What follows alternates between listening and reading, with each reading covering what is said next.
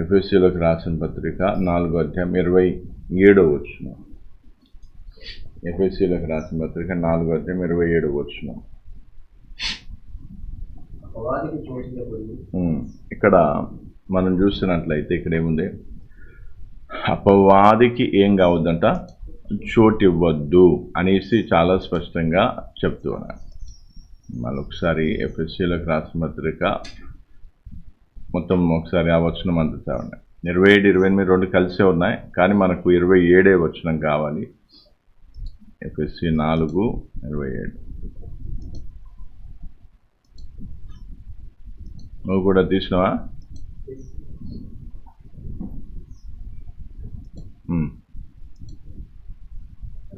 27.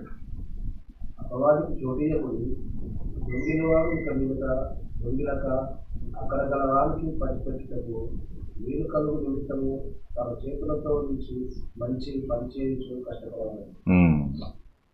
ఇక్కడ మనం చూసినట్లయితే 27, 28 దొంగిలించడం దాని గురించి. 27లో మనం చూస్తే ఇక్కడ ఏముందంట? ఆపర్చునిటీ ఏం కావద్దంట, అంటే అపవాదికి ఆపర్చునిటీ ఇవ్వద్దు, అవకాశాన్ని ఇవ్వద్దు, చోటు ఇవ్వద్దు. అపవాదికి ఏమి ఇవ్వద్దు? చోటు ఇవ్వద్దు. అపవాదికి చోటు ఇస్తే ఏమవుతుంది అనేది చిన్నగా నేను మీకు చెప్పుకుంటూ వస్తాను. కాబట్టి ఇక్కడ దేవుడు, ఒకవేళ దేవుని సేవకుడు, ఆయన ఎంత మామూలు వ్యక్తి కాదు, ఆయన ఎవరు? పెద్ద సేవకుడు, అపోస్తలుడు.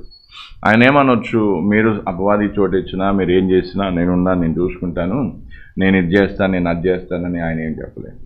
ఎందుకంటే దేవుడు చేసేవి కొంతున్నా, దేవుని సేవకుడు చేసేది కొంతున్నా, ఆ వ్యక్తిగతంగా విశ్వాసి చేసేది కొంత ఉంటుంది. ఎందుకంటే దేవుడు స్వేచ్ఛను, అంటే ఫ్రీ విల్ అనేది ఇచ్చాడు.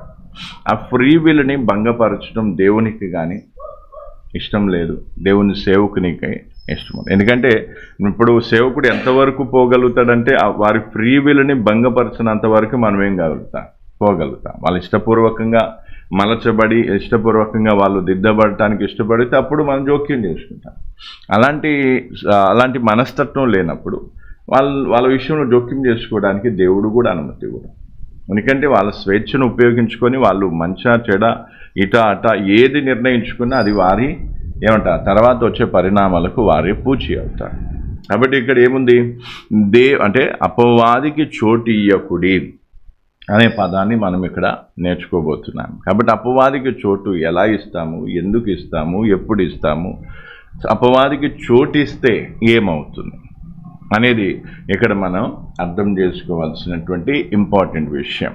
కాబట్టి అందుకే ఇక్కడ ఏం చేయాలి? అపవాదికి ఏం కావద్దంట? చోటు ఇవ్వకుడి అంటున్నాను. ఎవరు చెప్తున్నా? సేవకుడు చెప్తున్నాను. ఎవరికి చెప్తున్నా? విశ్వాసులకు చెప్తున్నాను. అంటే అపవాదికి చోటిచ్చే పని ఎవరు పెట్టుకోవద్దు? విశ్వాసులు పెట్టుకోవద్దు. నేను అపవాదికి చోటు ఇస్తూనే ఉంటాను, సేవకుడు నా కోసం ప్రార్థన చేస్తూనే ఉండాలి, లేదా నాకు వాక్యం చెప్తూనే ఉండాలి, నన్ను ఏదో అట్లాగా. అందుకే పౌలు ఏమంటున్నాడు? బాబు మీరేం కావద్దు, అపవాదికి చోటు ఇవ్వకూడదు. ప్రతి విశ్వాసుకు ఉన్నటువంటి బాధ్యత. అయితే పాపానికి చోటిచ్చే విషయం కూడా ఉంటుంది. అయితే పాపానికి మనం ఎప్పుడు చోటిస్తాం, దానివల్ల పరిణామం ఏంటి, అది కూడా నెక్స్ట్ లెవెల్లో చూసుకున్నాం. కాబట్టి ఇక్కడ అర్థం చేసుకోవాల్సింది ఏంటంటే అపవాదికి చోటు ఇవ్వకుండా జాగ్రత్త పడాల్సిన విషయం ఎవరిది? ప్రతి ఒక్క విశ్వాసి. ఇప్పుడు దురాత్మ శక్తులు లోపలికి వచ్చాయి, బయటికి పోయాయి, లేదా ఇక్కడ ఉన్నాయి, అక్కడ ఉన్నాయి, ఇలాంటివి సేవకునికి దేవుడు బయలుపరిచిన అంత మాత్రాన్ని ఏం చేయలేం. ఒకరిలో దూరకుండా ఒకరిలో ఏం చేయలేం? దుష్టాత్మను ఆపలేం. ఆపగలిగితే దేవుని కృపను బట్టి కొద్దిసేపు ఆపగలుగుతాం, కానీ వీళ్ళే దాని ఆహ్వానం పలికినప్పుడు మనం ఏం చేయలేము. ఇంకా దాన్ని గద్దించగలుగుతాం, లేదా ఈ వ్యక్తిని మనం ఏం చేయగలుగుతాం? హెచ్చరించి దీన్ని ఏం చేయగలుగుతాం? వీళ్ళను దానికి చోటు ఇవ్వకుండా ఈ వ్యక్తిని సవరించగలుగుతాం, ఇలాంటివి చేయగలుగుతామేమో. కానీ అపవాది వారిని ఆవరించకుండా ఏం చేయలేం, ఎలకాలం ఆపను లేం. కొంతకాలం దేవుని కృపను బట్టి చేయగలుగుతామేమో, కొంతకాలం దేవుని కృపను బట్టి ఈ వ్యక్తిని దానికి చోటు ఇవ్వకుండా కొంచెం ఏం కావచ్చు, గైడ్ చేయగలుగుతాం. కానీ వినకుండా దానికే నేను చోటిస్తాను అంటే అప్పుడు ఏం చేయాల్సి వస్తుంది? ఆపడం ఏం కాదు. దేవుడు కూడా ఇష్టపడు. అందుకే పౌలు ఏమంటున్నాడు? అపవాదికి ఏం కావద్దంట? చోటు ఇవ్వకూడదు. అంటే అపవాదికి చోటు ఎలా దొరుకుతుంది అనేది మనం నెక్స్ట్ చూసుకుందాం. అందుకే ఇక్కడ అర్థం చేసుకోవాల్సింది ఏంటంటే అపవాదికి చోటు ఇవ్వటం అంటే పైన ఆ సందర్భం ఎందుకు చెప్పాడు 26వ వచనం ఒకసారి చూసుకున్నా. కోపపడుడి, వారి పాపము చేయకుడి. సూర్యుడు అస్తమించు వరకు మీ కోపము నిలిచి ఉండకూడదు. చూడండి, ఇక్కడ మళ్ళీ తర్వాత అపవాది చోటు అంటే ఇక్కడ కోపం విషయంలో ఏం చేస్తున్నా అంటే ఆ సందర్భాన్ని బట్టి ఆ విషయాన్ని చెప్తున్నాను. అయితే కోపం అనేది దేనికి సంబంధించింది? ఇమోషన్స్కి సంబంధించింది. అంటే కోపమే కాదు, ద్వేషం కావచ్చు, చేదుతనమే కావచ్చు, లేదా ఇంకా ఏదైనా సరే అవి ఒక మన ప్రాణంలో ఉన్నటువంటి ఇమోషన్స్కి సంబంధించింది. కాబట్టి ఇప్పుడు ఈ ఇమోషన్స్కి ఎప్పుడైతే మనం చోటిస్తామో అది ఏ రకమైన ఇమోషన్ అయినా, భావోద్వేగమైన దానికి చోటు ఇచ్చినప్పుడు వెంటనే ఎవరికి చోటు దొరుకుతుంది? అపవాదికి చోటు దొరుకుతుంది. అపవాది అందుకే ఎక్కువ శాతం అపవాది మన ప్రాణములో పనిచేయాలను. ప్రాణములో ఏమేమి ఉన్నాయి? మనస్సు ఉంది, మైండ్ ఉంది, ఎమోషన్స్ ఉన్నాయి, ఫ్రీ విల్ ఉంది. కాబట్టి ఎప్పుడు కూడా టార్గెట్ ఏంటంటే ఆలోచన మీద దాడి. ఎందుకు ఆలోచన మీద ఎక్కువ దాడి చేస్తాడు? ఎందుకంటే ఆ వచ్చిన ఆలోచనలు బట్టి ఈ వ్యక్తి ఇమోషనల్ అవుతాడు. ఇమోషనల్ అయిన దాన్ని బట్టి నిర్ణయం తీసుకుంటాడు. అంటే మూడిటికి ఏముంటుంది? ఇంటర్గా లింక్ ఉంటుంది. అయితే ఇప్పుడు ఈ లింక్ని అర్థం చేసుకున్నటువంటి సాతాను ఏం చేస్తాడంటే ఖచ్చితంగా ఆ వ్యక్తి యొక్క ఆలోచన విధానాన్ని మార్చడానికి, అంటే ఆలోచన మీద దాడి మనస్సు మీద దాడి చేస్తాడు. ఎందుకు? ఈ వ్యక్తి ఇమోషనల్ కావాలి. ఈ వ్యక్తి ఇమోషనల్ అయితే భావోద్వేగానికి గురవుతే వెంటనే నిర్ణయాలు తీసుకొని వెంటనే ఏమైపోతారు. అందుకే ఈరోజు చాలామంది ఏమైపోతున్నారు? అపవాదికి చోటిచ్చి. అందుకే ఇప్పుడు చూడండి, ఇప్పుడు లైవ్ మన యూట్యూబ్లో కానీ ఇంకా వేరే వేరే చోట్ల చూస్తే ఎంతోమంది ఒకప్పుడు క్రైస్తవులై ఉండి కూడా ఇప్పుడు మతోన్మాదంతో బైబుల్ని తప్పుపట్టడం, దేవుడిని తప్పుపట్టడం ఇవన్నీ ఎందుకు చేస్తున్నాయి? ఎందుకంటే వాళ్ళు అపవాదికి ఏమిచ్చారు? చోటిచ్చారు. వాళ్ళ మైండ్ ఏమైపోయింది? వాళ్ళ మనస్సు మీద సాతాను దాడి చేస్తున్నప్పుడు ఆ దాడిని వాళ్ళు ఏం చేయలేదు, గుర్తించక ఆ మాటలను బట్టి వీళ్ళు ఇమోషనల్ అయిపోయి వెంటనే ఏం చేశారు? తప్పుడు నిర్ణయాలు తీసుకున్నారు, క్రీస్తుని వదిలేశారు. అలాగే ఈరోజు మనం కూడా అర్థం చేసుకోవాల్సిన విషయం ఏంటంటే దేవుని వాక్య ప్రకారంగా అపవాదికి ఏం కావద్దట? చోటు ఇవ్వకూడదు. అపవాదికి చోటు ఇవ్వకూడదు. అందుకే అపవాదికి చోటు ఇచ్చే వారందరూ కూడా ఏమవుతున్నారు? తర్వాత మనం చూస్తున్నట్ల అపవాదికి లూసిఫర్ ఏ విధంగా చోటు ఇచ్చాడు, ఆదమవ్వలు చోటు ఎలాగిచ్చారు, మిగతా వాళ్ళు ఎలా చోటిచ్చి వారు ఎంత భయంకరమైన దుస్థితికి పోయారు. కొంతమంది ఏమనుకుంటారంటే నాలో కూడా దుష్టాత్మలు ఉన్నా, లేదా నన్ను దుష్టాత్మలు పీడించినా అవి నాకు దేవుడు తోడుగా ఉన్నాడు కాబట్టి నన్ను ఏం చేయలేవు. అది ఒక విశ్వాసం అనుకుంటాను. అది విశ్వాసం కాదు, అదేంటిది? మూర్ఖత్వం. వాక్యమే చెప్తుంది నువ్వు ఎవరికి చోటు ఇవ్వద్దు, అపవాదికి చోటు ఇవ్వద్దు. దానికి చోటు ఇవ్వకుండా దేవుని ముందు సమర్పించుకొని దేవుని కోసం నిలబడటానికి ముందుకు వచ్చినప్పుడు దేవుడు ఏం చేస్తాడు? అపవాదిని వెళ్ళగొట్టే అవకాశం ఉంటుంది. కానీ లేదు, నేను ఏం చేస్తాను, దానికే చోటు ఇస్తాను, తర్వాత దేవుడు నన్ను కాపాడుతాడంటే కాని పని. ఎందుకంటే నీ యొక్క ఫ్రీ విల్ని ఏదైతే ఉందో, స్వేచ్ఛను, దాన్ని ఏం చేయడు దేవుడు ఏం చేయడు? భంగపరచుడు. నీ సొంతగా నువ్వు తీసుకున్న నిర్ణయాలను దేవుడు ఏం చేయడు? కొట్టేయడు. సరే నీ ఇష్టం అంట. ఎందుకంటే దేవుడు ప్రేమను బట్టి బతిమలాడుతుండొచ్చు, సేవకుల ద్వారా బతిమలాడుతుండొచ్చు, సేవకుల ద్వారా హెచ్చరిస్తుండొచ్చు, గద్దిస్తుండొచ్చు. అయినా వినకుండా మళ్ళీ నేను అదే తొగలో పోతా, నేను దానికే చోటు ఇస్తానంటే అప్పుడు దేవుడు ఏం చేస్తా? విడిచిపెట్టేస్తాం.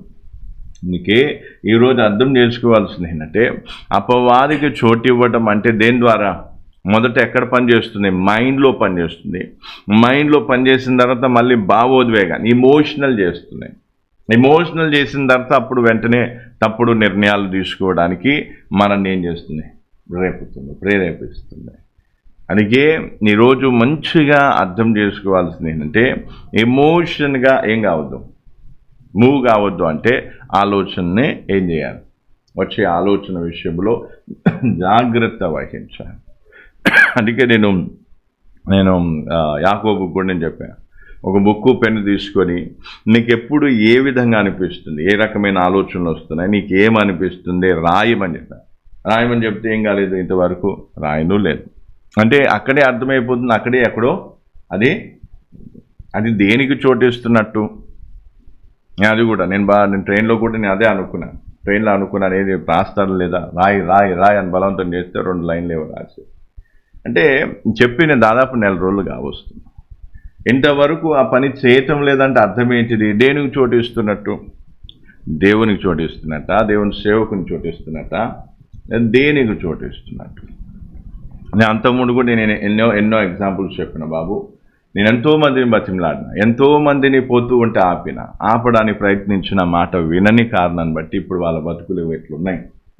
వాళ్ళు ఇప్పటికీ కోలుకోలేని పరిస్థితిలో ఉన్నారు.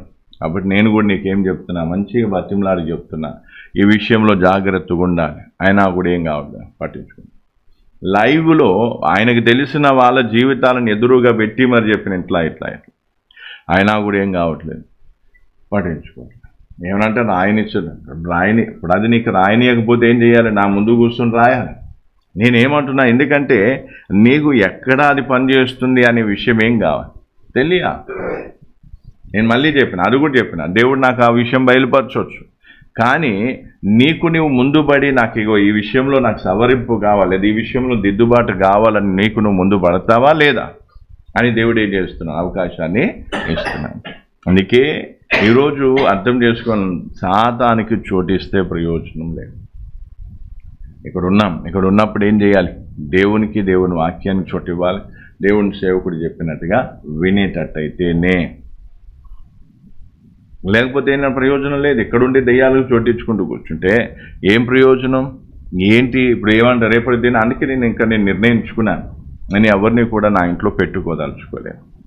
ఎందుకంటే ఇదే లాస్ట్ ఛాన్స్. నేను చూస్తాను, ఒకవేళ మంచి రిజల్ట్ వచ్చిందో ఓకే, అప్పుడు ఆలోచన చేస్తాను. ఒకవేళ మంచి రిజల్ట్ రాలేదంటే ఇంకా నేను ఎవరిని కూడా నా ఇంట్లో పెట్టుకోదలుచుకోలేదు, ఎవరిని కూడా. ఎందుకంటే నేను చాలా ఇదే రూములో ఎంతోమందికి ట్రైనింగ్ ఇచ్చి, వాళ్ళకి వాక్యాలు చెప్పి, వాళ్ళు గొడవలు, వాళ్ళ ఫైటింగ్లు, బూతులు అన్నీ భరించి ఎంతో చేస్తే అయినా కూడా సరే పోనీలే అందరూ ఒకలాగా ఉంటారా అనుకున్నాను.